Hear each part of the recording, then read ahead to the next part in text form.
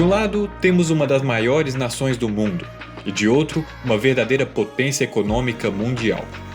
Só que no meio desses dois gigantes existe um gigante menor, com cerca de 1.500.000 km². Estamos falando da Mongólia, país que é conhecido hoje pela sua alta diplomacia em meio a uma região repleta de grandes líderes bastante ambiciosos. E falamos isso não é à toa. A Mongólia possui boas relações com a China, Japão, Coreia do Sul, Estados Unidos e Rússia ao mesmo tempo. O motivo é muito simples, a Mongólia está cercada territorialmente falando.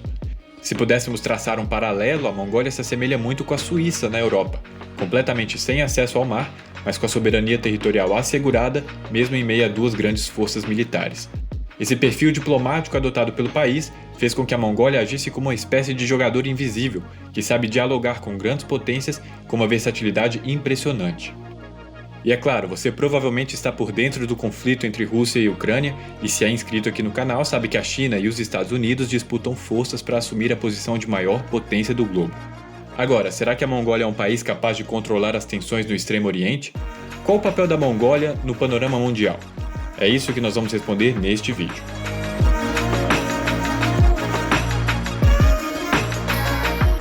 Olá, seja muito bem-vindo! No vídeo de hoje nós vamos conhecer um pouco mais sobre a economia da Mongólia.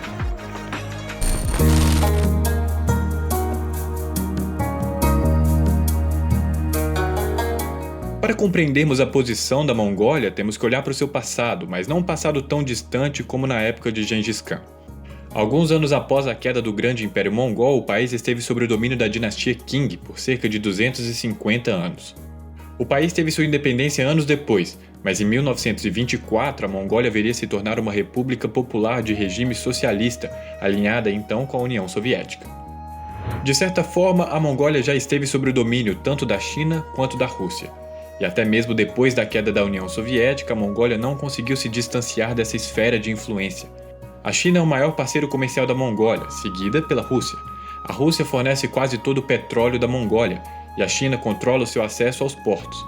Tanto Rússia quanto China são grandes investidores e estão de olho na riqueza mineral da Mongólia. Mas a jovem democracia da Mongólia, estando atenta à expansão da Rússia e ao apetite voraz da China por recursos naturais, vê como alternativa o comércio com outras nações para garantir a sua independência econômica. Foi aí que ela criou a política do terceiro vizinho, promovendo boas relações diplomáticas com mais países da Ásia, como Japão e Coreia do Sul, mas também com países do Ocidente, como os Estados Unidos e os países da União Europeia. A partir da implantação dessa política, o país recebeu diversas delegações internacionais em seu território, e a pequena Mongólia foi semeando boas relações com países do mundo todo, indo para além da Rússia e China. Só a título de curiosidade, o Brasil tem um consulado em Ulaanbaatar desde 2007, e a Mongólia tem um consulado em São Paulo desde 2005.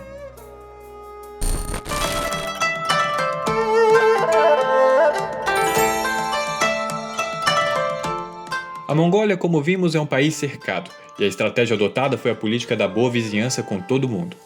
Era muito comum que um ministro do governo estivesse em visita nos Estados Unidos e ao mesmo tempo um diplomata chinês estivesse na Mongólia para acordos econômicos.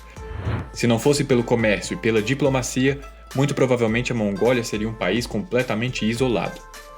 Isolamento é uma palavra que o país conhece muito bem. Historicamente, a região foi pouco povoada devido ao clima frio, os grandes desertos e as inúmeras cadeias montanhosas que cercam o país. Devido às hostis condições climáticas, a Mongólia foi uma terra formada por nômades e se tornou um país pouquíssimo povoado.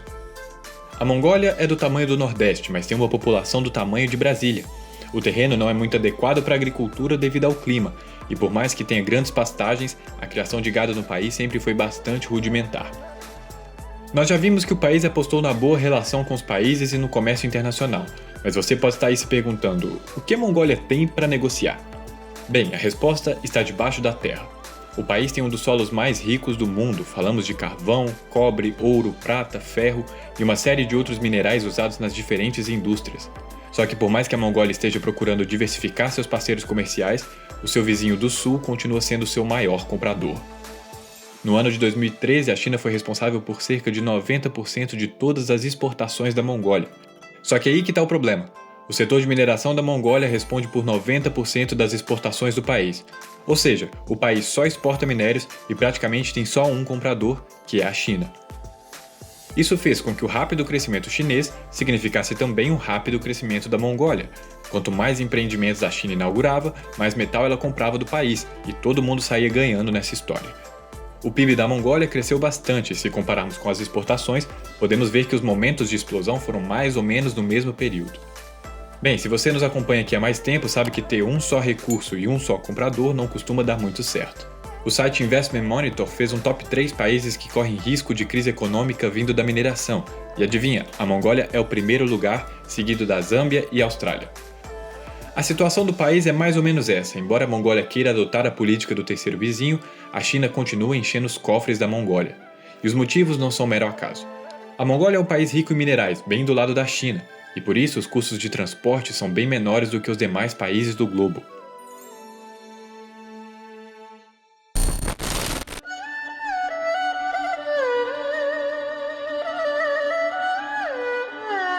Falamos que a China é um dos maiores parceiros comerciais da Mongólia, mas a Rússia não fica para trás. Os russos fornecem cerca de 92% da energia da Mongólia, e as relações diplomáticas entre os dois países já ultrapassam os 100 anos. Agora imagine, se mais de 90% do seu setor energético depende de um só país, seria ótimo que ele fosse o mais estável possível, certo? Pois é, e é aí que entra o conflito entre Rússia e Ucrânia. Nós fizemos uma série de vídeos curtos aqui no canal falando sobre esse conflito e respondendo às questões fundamentais. E um dos fatores que nós mencionamos foi a produção energética. A Rússia é muito forte quando o assunto é energia, e uma crise na Rússia impactaria muitos países, inclusive a Mongólia. E é claro que a política da boa vizinhança adotada pela Mongólia foi posta em xeque durante esse conflito. Por isso o país tem sido muito cauteloso ao lidar com a Rússia, Ucrânia, Estados Unidos, China e Japão, tudo isso ao mesmo tempo. A Mongólia se absteve de condenar a invasão russa do lado da China e Índia, mas dada a situação de dependência econômica, dá para entender por que a Mongólia está longe de comprar uma briga com um aliado econômico. A situação da Mongólia é delicada, mas a diplomacia do país não pode ser subestimada. Embora seja um país sem litoral, pouco povoado e muito dependente dos recursos naturais, a Mongólia é um dos poucos países que dialogam com a China, a Rússia e o Ocidente com uma certa facilidade. Caso haja alguma escalada de tensões, a pequena grande Mongólia pode ser muito mais do que o país de Gengis Khan e do antigo Império Mongol. Mas e você, o que faria no lugar da Mongólia? Se aproximaria de algum país em específico ou tentaria diversificar sua economia para não depender de ninguém? Comenta aqui embaixo que eu quero saber. Eu vou ficando por aqui. Um forte abraço e até a próxima.